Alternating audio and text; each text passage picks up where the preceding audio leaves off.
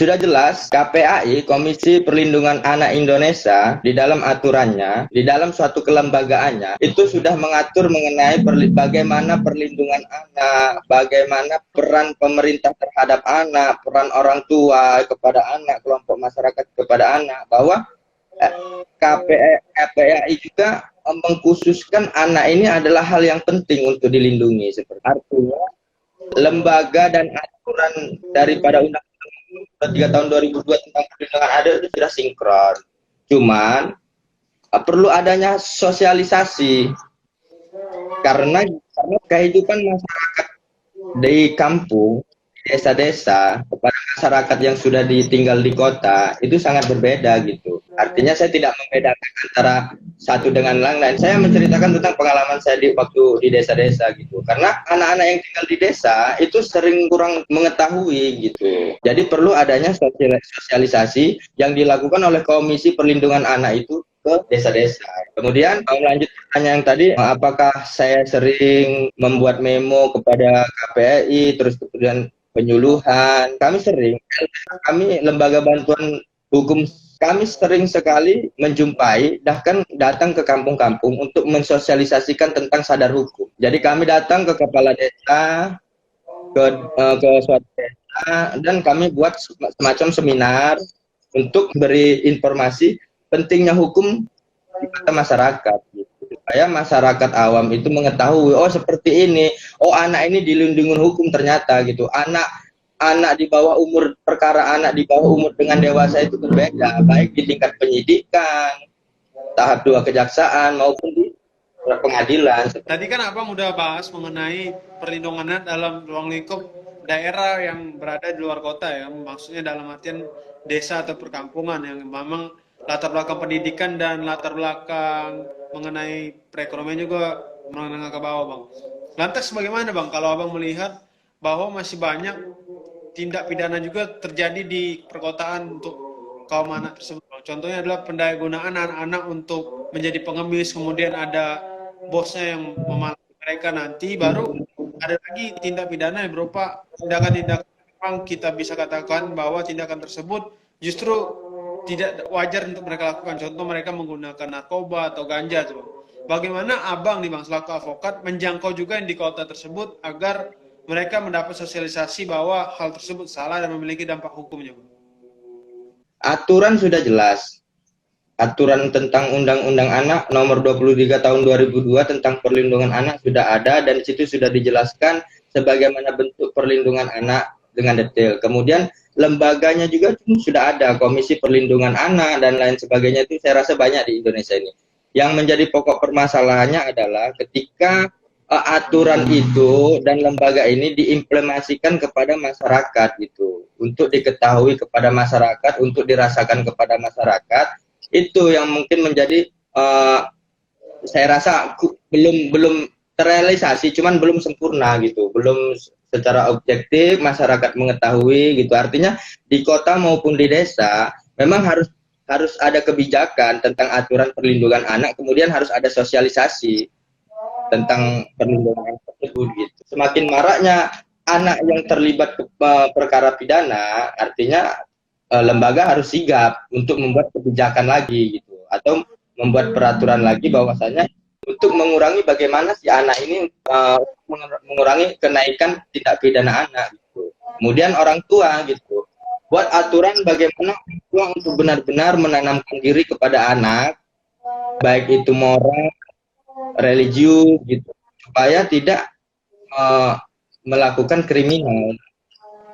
Mungkin itu saja.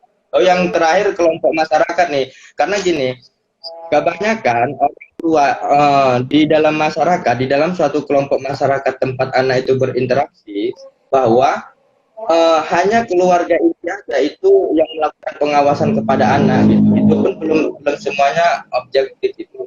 Ternyata bahwasanya agama, tokoh masyarakat, RW itu memiliki peranan yang sudah diaturkan kepada Komisi Perlindungan Anak tersebut, di mana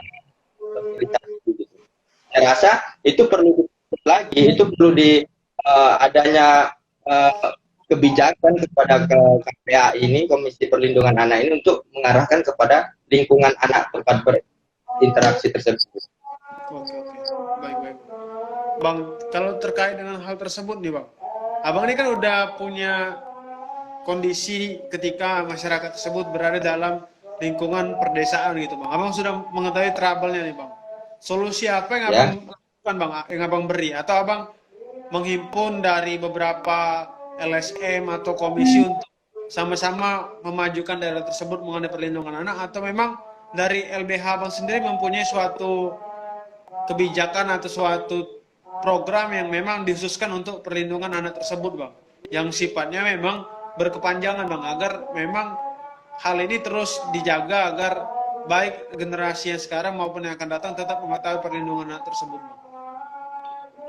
Jadi gini, jadi LPH punya program bahwa kami harus melakukan kerjasama pada aparatur desa, bahwa setiap ada penanganan perkara, baik itu anak itu dikhususkan ya, itu dia harus dikhususkan, baik itu anak itu kami dampingin secara gratis gitu. Kemudian untuk penyuluhannya seperti ini, kami selalu setiap bulannya melakukan penyuluhan terhadap desa tersebut gitu.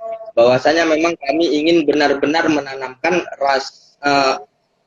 kepada masyarakat, supaya masyarakat itu tahu bahwa pentingnya perlindungan anak, khususnya untuk di bidang hukum gitu, bahwa anak itu benar-benar harus dilindungi gitu. Kemudian kami juga melibatkan semua, kami semua libatkan ketika kami terjun ke lapangan, kami libatkan LSM, kami libatkan ormas gitu, untuk ayo bergerak bersama-sama gitu. Bahwasanya memang hal ini hal yang sangat urgensi jika tidak ditindaklanjutin gitu. Jadi kami tim ormas LSM bersama-sama untuk melibatkan, untuk mengurangi grafik kenaikan anak yang melakukan tindak pidana seperti itu. Baik Bang, jadi kalau gini Bang, mungkin nih Bang, dalam lingkungan masyarakat itu kan ada tumbuh berkembang kultur atau budaya nih Bang. Ada di beberapa daerah, khususnya di Pulau Jawa, yang menyebutkan bahwa daerah tersebut mewajibkan anak menikah di atas 15 tahun atau tamat SMP Bang, karena dianggap sudah cukup umur. Sedangkan kalau kita ketahui itu kan belum cukup umur dalam hukum Bang. Tapi dalam daerah tersebut cukup ngeyel lah kita bilang, atau keras kepala, karena itu mereka mengangkat budaya mereka agar eksistensinya Bang. Nah, selama Abang berkutat dalam penyuluhan perlindungan anak tersebut Bang, ada nggak oknum atau orang tua yang memang masih tetap dengan doktrin budaya mereka walaupun itu salah, atau memang ada yang tetap berkeras Bang bahwa sosialisasi ini tidak sesuai dengan kebutuhan mereka Bang?